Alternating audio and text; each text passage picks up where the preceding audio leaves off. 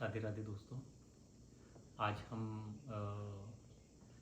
शंकराचार्य जी ने कही एक बात जिस पे बहुत लोग विवाद करते हैं और लोगों के अपने अलग अलग ओपिनियन हैं, तो आज उससे रिलेटेड बात करेंगे। उनका एक वक्तव्य है कि नारी नर्क का द्वार है, और उनको मानने वाले लोग अगर इस चीज़ को मानते हैं तो आज के समय में जो स्त्रियों की और नारी की जो स्थिति है, तो उसके हिसाब से ये वाक्य कितना सही है कितना गलत है, कि क्या वाकई में नारी नर्क का द्वार है।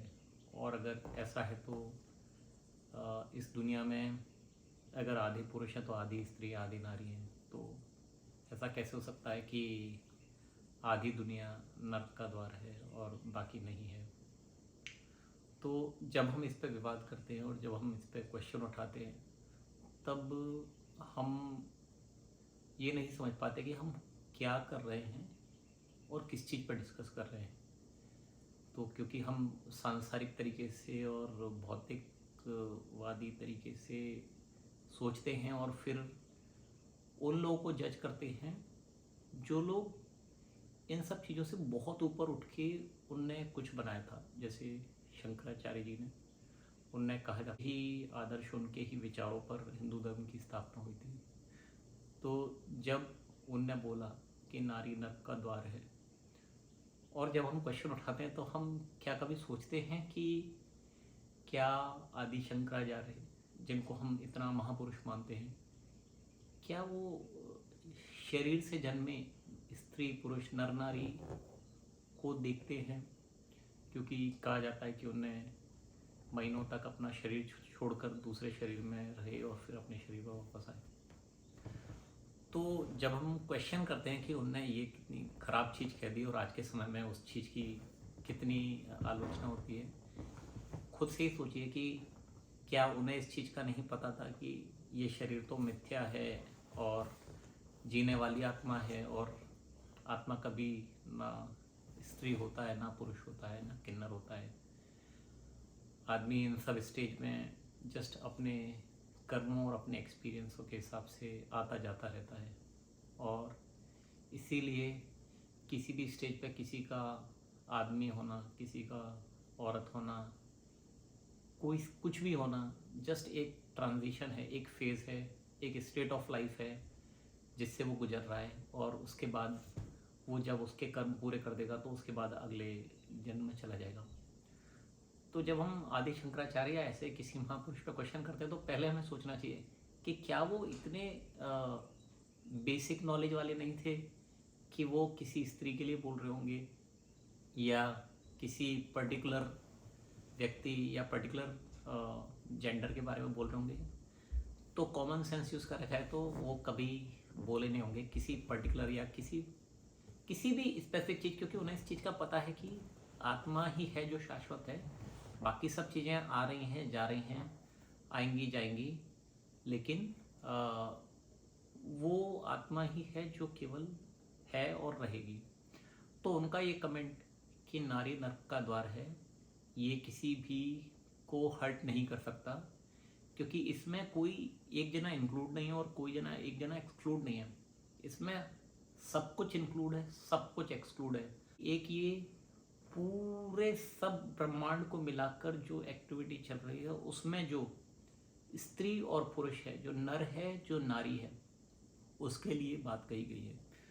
तो जब आप किसी एक इंसान को देखोगे, मतलब आपके किसी एक इंडिविजुअल लाइफ को देखोगे, तो उस जीवन में भी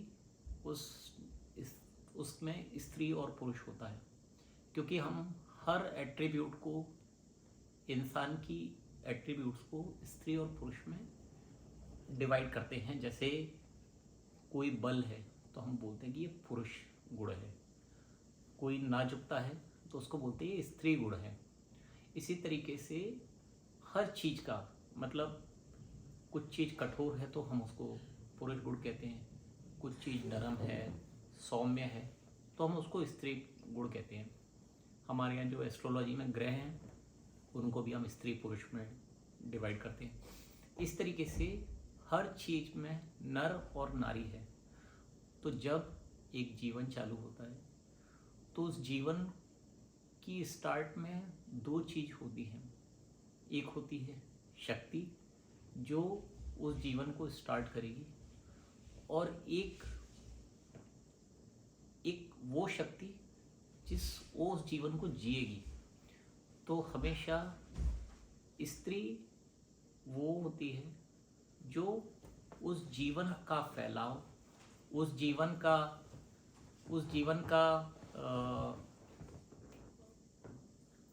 बढ़ना, उस जीवन को बढ़ाना, उस जीवन से एक्सपीरियंस लेना, वो स्त्री है। और अनडाउटेडली, अनकंडीशनली उस जीवन को सपोर्ट करना वो पुरुष है। तो जैसे आत्मा है, आत्मा हर शरीर का पुरुष होता है, क्योंकि वो अनकंडीशनली हर कंडीशन में उस जीवन को शक्ति देता रहता है।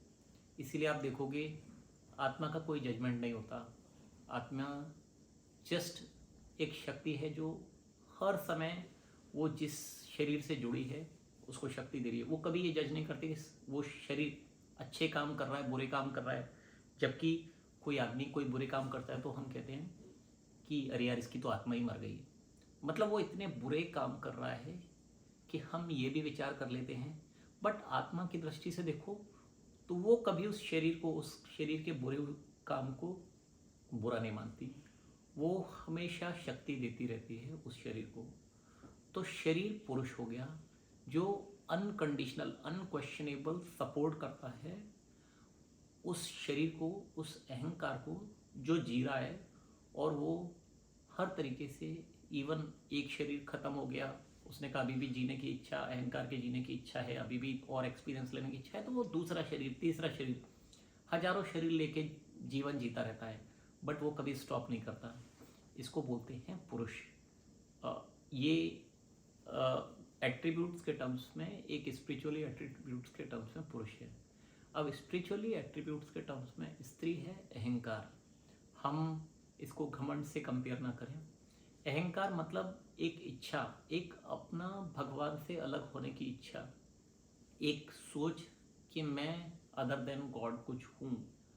और क्योंकि जब मैं उस संपूर्णता से अलग आया हूँ और मैंने अपने को उस संपूर्णता से अलग देखा है, तो मुझे जीवन जीना है।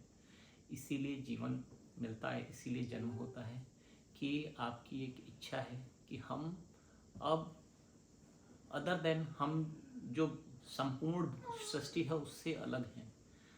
तो जो फैलाव, जब जन्म होता है उसके बाद उस अहंकार के अपना कर्म, अपने कर्ता होने का भाव, नहीं तो हम मानते हैं कि सब कुछ भगवान चला रहा है। लेकिन जब अहंकार होता है तो आदमी बोलता है भगवान नहीं, मैं करने वाला हूँ। ये कर्ता भाव जनरेट ही अहंकार से होता है। इसका जन्म अहंकार के होने से ही जनरेट होता है। नहीं तो आदमी सब कुछ करे लेकिन उसके अंदर कर्ता भाव नहीं आया। वो कृष्ण भगवान ने बोला है कि बस तुम कर्म किए जाओ बट फल की कामना मत करो, करने वाला तो मैं हूँ, तुम तो कठपुतली हो। इसी तरीके से जब महाभारत खत्म होती है तो बार्बरिक के पास जब जाते हैं तो उनसे पूछा जाता है कि आपने क्या देखा। तो उन्होंने बोला कि मैंने तो केवल श्री कृष्ण को सुदर्शन चक्र से लोग काटते हुए देखा। तो इसका मतलब ये है कि कर तो सब भगवान रहा है, लेकिन अहंकार ये है जो बोलता है कि मैं कर रहा हूँ, मैंने करा, मेरा है, मेरे बच्चे, मेरी पत्नी, मेरा घर, मेरे माँ बाप, मतलब जिसमें मेरा आ गया, जिसमें अदर देन गॉड, अगर हम जिसमें डिस्टिंक्शन ले आते हैं, जिसमें एक सेपरेशन ले आते हैं, वो अहंकार है। और ये अहंकार है जो संसार बनाता है। ये अहंकार है जो संसार में जीने को मजबूर करता है। और हम अपनी चॉइस के बिना भी इस मतलब क्योंकि हमें इतना ज्ञान नहीं है कि हम क्या जी रहे हैं, क्यों जी रहे हैं, जस्ट एक अहंकारवश जीते रहते हैं। और यही अहंकार को, यही जीवन को आदि शंकराचार्य ने नर्क बोला है। क्योंकि अगर आप देखो जितने महापुरुष थे वो बहुत अर्ली एज में जीवन छोड़ देते हैं। आप आदि शंकराचार्य को देख लो, आप स्वामी विवेकानंद को देख लो, आप कईयों महापुरुषों को देखोगे जो ज़्यादा जी नहीं पाते। उसका कारण है कि उनकी सोल को, उनके अहंकार को जीने का कारण नहीं मिलता। ऐसा नहीं है कि वो अगर अपनी शक्ति से चाहते तो कितना भी जी सकते थे, कुछ भी पा सकते थे, कुछ भी कर सकते थे, लेकिन अब उनके पास जीने का, या उनके अहंकार को अब आगे करे क्या, जब कर्ता ही खत्म हो गया तो कर्म करे कौन? कर्म तो अनंत हैं, जितने काम करने आप कर सकते हो, लेकिन कर्म करने वाला कर्ता, तो कर्ता भाव जो जनरेट होता है जब वही खत्म हो गया तो करना क्या है? तो वो बहुत अर्ली एज में चली जाती हैं, आप देखोगे। तो बेसिकली जो आदि शंकराचार्य ने कहा कि नारी नर्क का द्वार है, वो अहंकार के लिए बोला। जो सब चीज जन्मता है, जो सब चीज जीता है, जो फैलाव करता है, जिसके अंदर एक फैलाव की चाहत है, और फैलाव अपने अहंकार के फैलाव की चाहत है। नहीं तो सब कुछ भगवान चला ही रहा है, भगवान ने सब कुछ बनाया ही है, सब कुछ हो ही रहा है, आपकी इच्छा के बिना भी बहुत कुछ हो रहा है, आपकी इच्छा के विरुद्ध भी बहुत कुछ हो रहा है, और संभव जो आपकी इच्छा से हो जाता है तो आपको ये लगता है कि करने वाला मैं हूँ। तो जब हम किसी भी महापुरुष के कथन को देखते हैं और सुनते हैं, तो जो उसका विवरण करना चाहिए, जो उसके लिए सोच होनी चाहिए, हम वहाँ तक नहीं पहुँच पाते, और हम बस क्योंकि हमारी आदत है, हम अपने अहंकार से ही सब कुछ देखते हैं, तो शरीर के फॉर्म में, फिजिकल फॉर्म में ही देख पाते हैं। उतने तक ही हमारी सोच सीमित रह जाती है, और हम इसके आगे नहीं सोच पाते कि उन लोग का ये कथन किस लेवल पे रहेगा। और इसीलिए अध्यात्म है, इसीलिए मेडिटेशन है कि जब आप अपने शरीर से ऊपर हट के देखते हो, अपने अहंकार से हट के देखते हो, तब आपको उनकी चीज़ें लगेंगी कि हाँ, वो डिफरेंट पर्सपेक्टिव से कही हैं, डिफरेंट डायमेंशन में है। शायद हम उस डायमेंशन में जा ही नहीं पा रहे, हम उस सोच तक पहुंच ही नहीं पा रहे जहाँ पर वो कही गई है, और इसीलिए हमेशा वाद विवाद हो जाते हैं। बट अदरवाइज उसमें कुछ ऐसा नहीं है कि जो ऑब्जेक्शनेबल हो, ऐसा कुछ नहीं है जिसमें विवाद हो। तो मुझको यही लगा कि इस चीज़ पर चर्चा करना चाहिए, इस चीज़ का मेरा अपना क्या विचार है, मैं अपना क्या सोचता हूँ बताना चाहिए। तो आज के लिए बस, थैंक यू।